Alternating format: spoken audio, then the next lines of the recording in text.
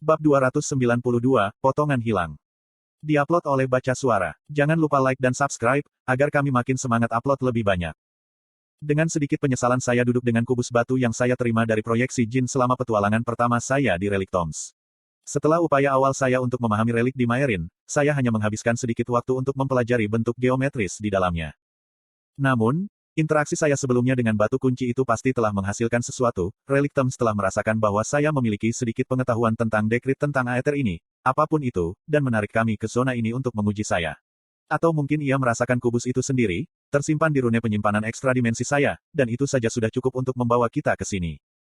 Untuk menjadi orang yang damai, jin tampaknya memiliki metodologi yang sangat gelap dalam bagaimana mereka melatih dan melindungi seni aeterik mereka. Menempatkan diri bersila di lantai dengan kubus di pangkuan saya, percaya pada Regis dan Hydric untuk mengawasi saya saat saya bekerja, saya mulai. Seperti sebelumnya, saya memasukkan aether ke dalam relik, dan aethernya menjangkau kembali ke saya. Visi saya memudar menjadi dinding ungu, dan saya mendorongnya, menemukan diri saya sekali lagi dikelilingi oleh bentuk geometris yang mengambang dan berputar yang tak terhitung jumlahnya. Dengan menggunakan aether, saya dapat memanipulasi bentuk, memindahkan dan menyortirnya untuk mencoba dan memahami artinya. Saya merasa seperti bayi yang bermain dengan balok alfabet. Tidak ada sajak atau alasan untuk bentuk geometris, dan meskipun saya dapat berinteraksi dengannya, saya tidak memiliki dasar untuk memahami, tidak tahu apa yang seharusnya saya lakukan. Tetap saja, saya harus percaya jin tidak akan memberi saya relik ini jika tidak ada cara bagi saya untuk menyelesaikannya. Saya mulai dengan mengumpulkan simbol berbentuk serupa dan mengorganisirnya ke dalam kelompok. Selanjutnya, karena mereka geometris dan bukan berbasis rune, saya mencari cara di mana mereka cocok, memperlakukannya seperti teka-teki abstrak. Ini tampak mudah pada awalnya, karena ada cukup banyak bentuk sehingga saya selalu dapat menemukan bagian yang pas. Namun, begitu saya memiliki beberapa lusin bagian yang dikunci, saya menyadari masalahnya. Di hadapan saya, fraktal multi-arah yang luas telah terbentuk, tetapi saya kehabisan bagian yang akan terhubung dengan bentuk yang telah saya buat. Tanpa pilihan lain, saya memecahkan teka-teki itu dan memulai lagi. Sementara itu, saya merasa aether saya ditarik dari saya dan dikonsumsi oleh kubus. Kekuatan mengisapnya tidak seburuk di Relic Tomb seperti ketika aku mempelajari batu kunci di Maerin, memungkinkanku untuk tinggal lebih lama, tetapi masih membatasi jumlah waktu yang bisa aku habiskan untuk mengerjakan relik itu. Dalam sekali duduk, saya mengatur potongan saya lagi, lalu mulai membuat teka-teki untuk kedua kalinya, mengingat potongan mana yang telah saya gunakan selama percobaan pertama saya. Namun kali ini, saya mendapati diri saya berada di jalan buntu lebih cepat, tetapi saya terlalu lelah untuk memulai kembali. Mataku terbuka, dan butuh beberapa saat bagi pikiranku untuk memahami ruang cermin dengan gerakan konstan dan sekumpulan kecil sosok yang dipantulkan. Regis meringkuk di depanku, satu mata terbuka dan melacak yang lain dengan cermat. Ezra dan Hydric tampak tertidur, sementara Kalon mengawasi Ada. Mulutnya telah ditutup untuk meredam aliran fitnah dan kebohongan yang terus-menerus. Berapa lama saya keluar? Tanyaku, mengagetkan Kalon, yang langsung melompat berdiri. Dia berdehem dan duduk kembali. Setidaknya beberapa jam. Apakah Anda melakukan apapun yang Anda coba lakukan? Petik 2. Saya membuat beberapa kemajuan, jawab saya sulit dipahami. Saya merasa dia tidak ingin mendengar bahwa saya tidak tahu apa yang saya lakukan. Dari bangku di sisi lain air mancur, Ezra berkata, sudah berjam-jam, dan yang bisa Anda katakan adalah Anda telah membuat beberapa kemajuan. Pendaki muda itu berdiri, memelototiku, dan berbalik, menginjak kegelapan. Aku sudah menghabiskan berjam-jam mempelajari perangkat sebelum kita sampai di sini, kataku, berbicara dengan Kalon. Aku tidak tahu berapa lama waktu yang dibutuhkan, tapi aku melakukan apa yang aku bisa. Ekspresinya tenang, Kalon bertanya, apakah kamu yakin tidak ada yang bisa kami lakukan untuk membantu? Jangan biarkan kakakmu menusukku saat aku di sana, kataku sambil mengangkat alis. Kalon tertawa, menyebabkan ada yang tertahan dan tersumbat menggeram padanya dan memelintir ikatannya seolah-olah suara itu menyakitinya. Kalon menatapnya dengan sedih sesaat sebelum kembali padaku. Lakukan apa yang perlu kamu lakukan, Gray. Saya merasa seperti spons yang diperas dengan baik, hampir setiap tetes ether saya telah habis. Saya tidak membutuhkan banyak tidur, tetapi saya memang membutuhkan waktu untuk memulihkan inti ether saya. Berdiri, aku berlari melalui serangkaian gerakan bela diri yang telah diajarkan Cordry kepadaku di Epeotus untuk membantuku menghilangkan kekakuan dari anggota tubuhku. Setelah beberapa menit melakukan rutinitas, saya kembali duduk di samping Regis dan memulai proses menyerap ambien aether. Saya merasakan rekan saya bergeser di dekatnya sebelum saya mendengar suaranya di kepala saya. Seperti apa di dalam sana? Saya tidak yakin bagaimana menjelaskannya, jujur. Saya memikirkan tentang bentuk-bentuk yang berbeda, pola yang telah saya rancang, dinding energi aeterik yang mengurung semuanya. Bagaimana rasanya ketika Anda masuk ke dalam tubuh saya? Ini seperti berenang. Saya membuka mata saya, menghentikan meditasi saya, dan menatap Regis. Serigala bayangan mengangkat bahu. Kamu bertanya. Memejamkan mata, saya fokus pada aether di sekitar saya, menggambarnya melalui saluran aether saya dan ke dalam inti saya. Di dalam relik itu adalah pengetahuan murni. Saya merasa seperti mencoba memahami isi buku yang rumit dengan membakarnya dan menghirup asapnya. Tahu berapa banyak pengetahuan yang perlu kau hirup untuk membawa kami keluar dari sini? Lebih banyak, pikirku. Lebih banyak lagi. Upaya ketiga untuk menyatukan potongan puzzle bukanlah pesona, tetapi saya mencapai momen pemahaman yang tak terduga. Tanpa secara sadar membuat keputusan untuk melakukannya, saya berhenti mencoba menggunakan semua bagian dan malah membangun sebuah kubus besar. Bentuknya relatif lugas, pas bersama secara alami di benak saya. Begitu saya memutuskan apa yang akan dibangun, sepertinya potongan-potongan itu muncul dengan sendirinya kepada saya saat dibutuhkan. Ketika kubus itu selesai, kubus itu mulai bersinar dan berkilau seperti minyak di atas air, lalu garis-garis dari potongan-potongan itu menghilang sampai sebuah kotak yang kokoh dan berkilauan melayang di depanku. Riak licin minyak menetap dan jatuh diam, dan masing-masing dari 6 wajah kubus itu menyala seperti layar elektronik dari kehidupanku sebelumnya, menunjukkan padaku aula cermin. Regis masih di tempatnya di sisiku. Kalon sekarang tidur sementara Ezra menjaga adiknya. Haedric, saya terkejut melihat, tangannya menyentuh salah satu cermin, tampaknya sedang bercakap-cakap dengan penghuninya. Namun, tidak ada yang mereka katakan terdengar. Nyatanya, tidak ada suara sama sekali yang keluar dari kubus itu. Saya bingung. Meskipun saya jelas telah membuat semacam terobosan, saya tidak mengerti bagaimana jendela ke dunia luar ini membantu saya, atau apa yang diungkapkannya tentang dekrit apakah yang saya coba kuasai. Meninggalkan kubus sejenak, saya mulai membangun kotak kedua yang lebih kecil dengan sisa potongan. Apa yang saya dapatkan, bagaimanapun, lebih terlihat seperti gumpalan adonan yang tajam daripada kubus asli, karena saya kekurangan potongan untuk membuatnya sempurna.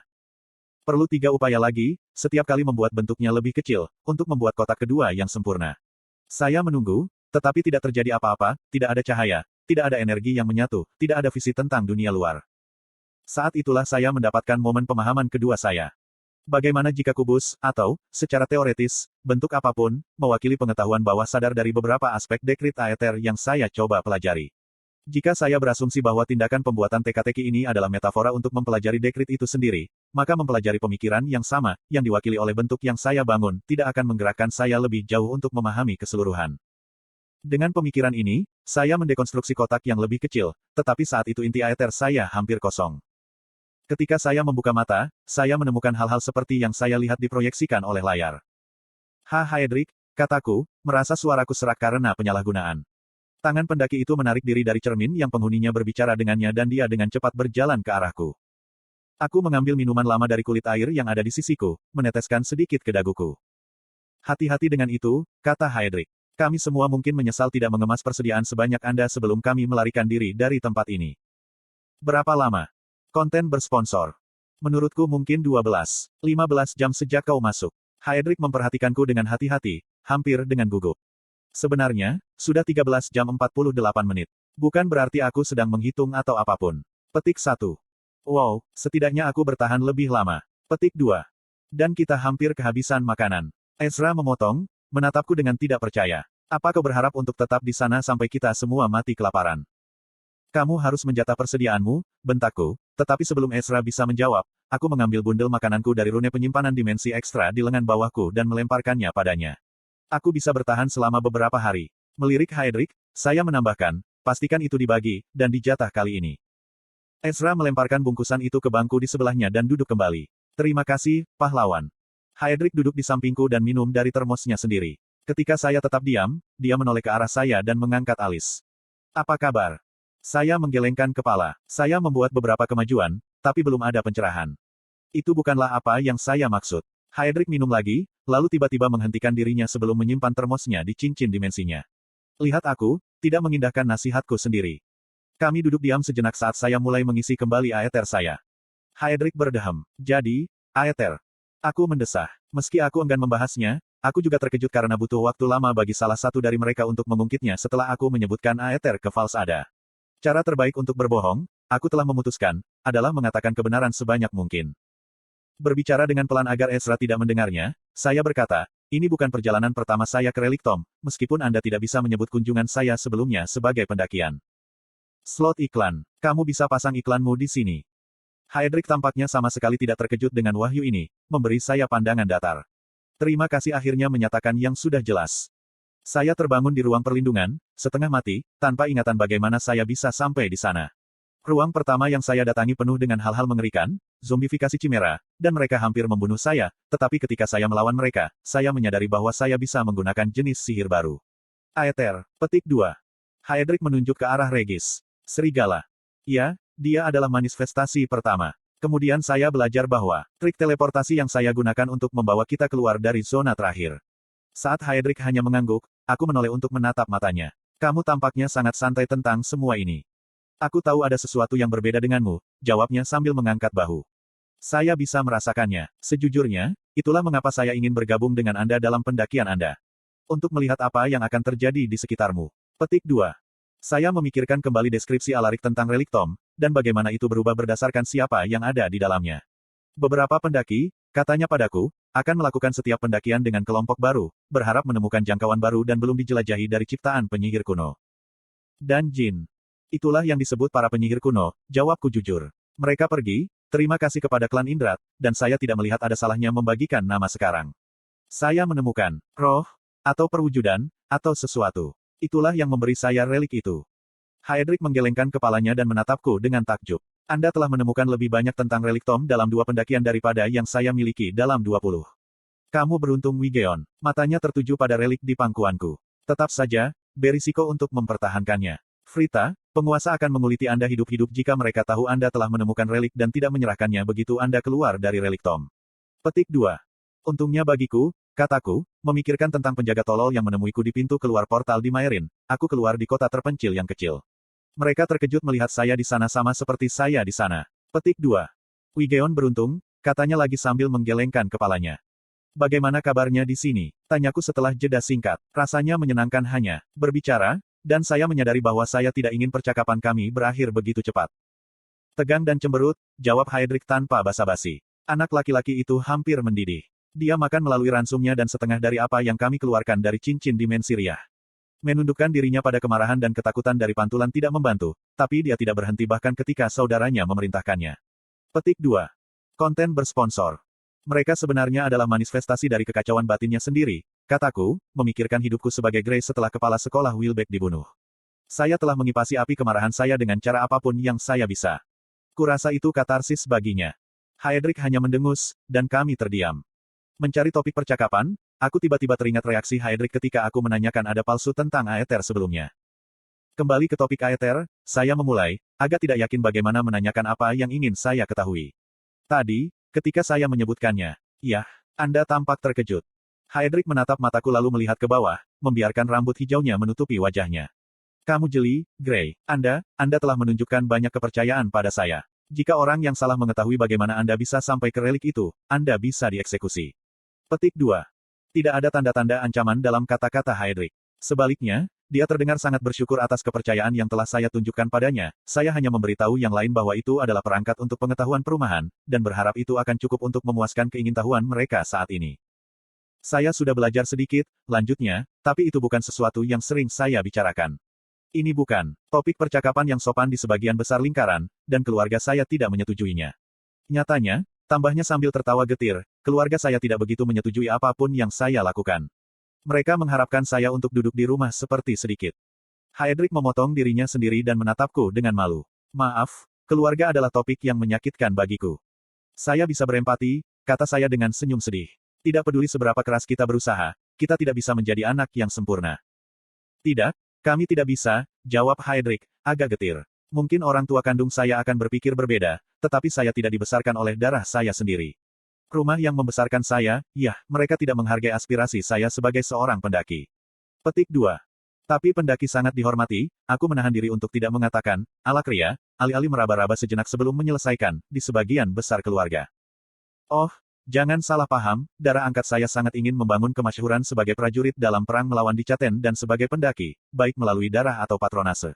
Tapi aku tidak ditakdirkan untuk hidup ini. Setidaknya, tidak menurut mereka. Petik 2. Sebelum aku bisa berkata lebih banyak, Haedric berdiri dan meluruskan armornya. Maafkan aku, Gray, tapi kurasa aku ingin waktu menyendiri dengan pikiranku.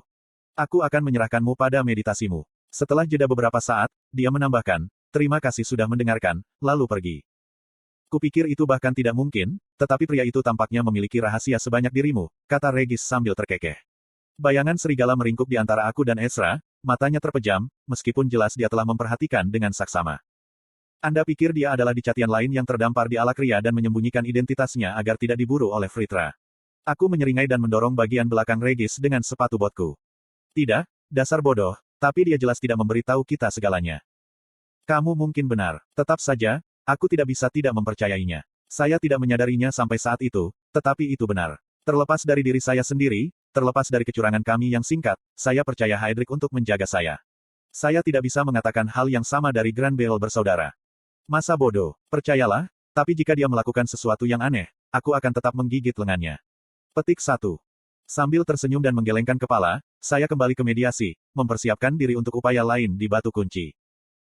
Ketika saya mendorong melalui dinding ungu yang mengelilingi bidang bentuk geometris, saya menemukan layar berbentuk kubus masih utuh. Di dalamnya, saya melihat Heydrich berjalan menyusuri aula gelap, matanya tertunduk, ekspresinya penuh perhatian. Perspektif saya bergeser, berfokus pada Ezra saat dia berdiri dan berjalan ke arah saya. Regis segera meninggalkan kepura-puraannya tertidur, mengangkat kepalanya dan menatap Ezra. Pendaki muda itu berhenti, bertemu dengan mata Shadow Wolf selama beberapa detik, lalu berbalik untuk pergi, meskipun dia tetap cukup dekat untuk mengawasi Ada. Saya memaksa kesadaran saya menjauh dari layar, dengan fokus pada bentuk yang tersisa.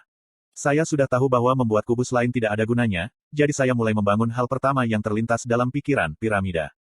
Itu lebih sulit daripada kubus. Potongan-potongan itu tampaknya tidak cocok satu sama lain dengan benar. Mereka tidak melompat ke arah saya seperti sebelumnya, membimbing saya, jadi saya mendapati diri saya membongkar dan membangun kembali bentuk itu lagi dan lagi. Pada saat inti eter saya kosong, saya masih belum menemukan bagian yang tepat untuk menyelesaikan piramida yang memuaskan. Namun, begitu pikiran saya tertuju padanya, saya merasa terdorong untuk melihatnya. Saya tahu secara naluriah pasti ada cara untuk menggabungkan bentuk dan figur ke dalam gambar di benak saya, dan saat berikutnya saya memasuki batu kunci, saya mencoba lagi. Tetapi baru pada hari ketiga perjalanan saya ke batu kunci berlangsung hampir 16 jam pada saat ini. Dengan sisa waktu yang didedikasikan untuk mengisi kembali eter saya dan sedikit tidur, saya berhasil menempa piramida tetrahedral yang sempurna. Seperti sebelumnya, potongan-potongan itu berkilauan dan membentuk bentuk padat, dan ketika cahaya itu surut, setiap wajah piramida menunjukkan gambar, persis seperti kubus. Setiap gambar berasal dari ruang cermin, tetapi ada sesuatu yang sangat salah dengan apa yang saya lihat. Pada gambar pertama, saya bisa melihat diri saya duduk bersila di lantai dengan batu kunci di pangkuan saya, Regis duduk di depan saya, dan Kalon mengawasi Ada. Rasa dejavu yang paling aneh menyapu saya, dan saya menyadari bahwa inilah momen yang pertama kali saya lihat di layar berbentuk kubus ketika saya menyelesaikannya. Apa di dunia ini? Pada gambar kedua, ruang cermin kosong kecuali lusinan pendaki yang dipenjara. Kemudian portal bercahaya muncul tergantung di udara, dan aku melangkah keluar. Meskipun berada di ruangan yang penuh dengan cermin selama beberapa hari terakhir, saya tidak menghabiskan banyak waktu untuk melihat diri saya sendiri sejak tubuh saya dibangun kembali. Aneh rasanya berpikir bahwa pria dalam gambar yang tersentak dan bersiap untuk membela diri adalah saya. Rambut gandum pucatku bergetar ketika aku menoleh ke arah pantulan yang bergerak di cermin, mengira aku akan diserang. Mata emasku menyipit saat aku menatap sekeliling ruangan, lalu membelalak karena terkejut melihat apa yang mereka lihat. Siapa mereka? Saya mendengar diri saya bertanya. Kemudian Kalon dan Ezra muncul, menabrakku. Apa-apaan? Aku melihat masa lalu, aku menyadari, seolah-olah itu telah ditangkap oleh artefak rekaman. Bentuk kubus menunjukkan padaku hadiahnya. Di permukaan piramida, saya bisa menonton pemutaran masa lalu seperti video rumahan. Dengan menggunakan eter, saya memutar piramida untuk melihat sisi ketiga dan depan dengan lebih baik. Ruang cermin yang diperlihatkan oleh segi-segi itu kosong dari orang-orang, tetapi ketika saya melihat lebih dekat saya menyadari lebih banyak cermin kosong dalam penglihatan ini. Mereka pasti lebih tua dari yang lain, pikirku, yang masuk akal ketika aku mempertimbangkan dua sisi berbeda yang menunjukkan diriku dan pestaku. Jika bentuk pertama menunjukkan masa sekarang, dan bentuk kedua menunjukkan masa lalu. Jantung saya berdegup kencang saat memikirkan bentuk ketiga. Apakah itu mungkin? Perhatian saya dialihkan kembali ke kubus. Heydrich duduk di samping Regis, jari-jarinya menelusuri surai tebal serigala bayangan itu. Mata Regis terpejam, lidahnya menjulur dari sisi mulutnya, gambaran hewan peliharaan yang puas menikmati cakaran yang bagus. Pengkhianat, pikirku sambil tersenyum. Di belakang mereka Kalon sedang duduk dengan Ada, kepalanya di tangan, dan Ezra berdiri di depan salah satu cermin, tangannya menekan cermin itu. Aku menghela nafas. Menipu. Anak laki-laki itu hanya menyiksa dirinya sendiri dengan berinteraksi dengan roh-roh itu. Mereka tidak memiliki apapun untuk dibagikan kecuali kegilaan dan kebencian mereka. Mendengarkan mereka hanya akan membawanya ke kegelapan dan keputusasaan. Kembali ke gambar yang terlihat di sisi piramida, saya melihat waktu kami di ruang cermin dimainkan lagi. Saya merasa sulit untuk berpaling, menonton untuk kedua kalinya saat Ada diambil oleh hantu. Ada palsu yang menyelinap ke seberang ruangan tanpa terlihat, terganggu seperti kami semua, dan merangkak di atas Riyah. Riyah terlihat tidak sadarkan diri, tapi dia tetap tersentak saat ada membungkuk, lalu menempelkan bibirnya ke bibir Riyah. Riyah tersentak, satu sentakan tajam dan tidak wajar, lalu jatuh diam, pucat seperti hantu.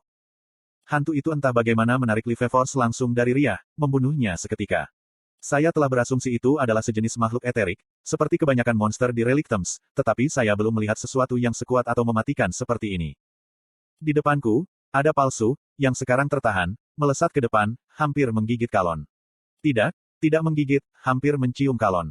Kami tidak tahu seberapa dekat dengan kematiannya pada saat itu. Saya menyingkirkan pikiran yang berputar-putar di benak saya. Menghidupkan kembali momen-momen masa lalu ini adalah jebakan, seperti menjalani hidup dalam lingkaran. Saya perlu mulai membangun bentuk berikutnya. Dan saya tahu persis apa yang dibutuhkan.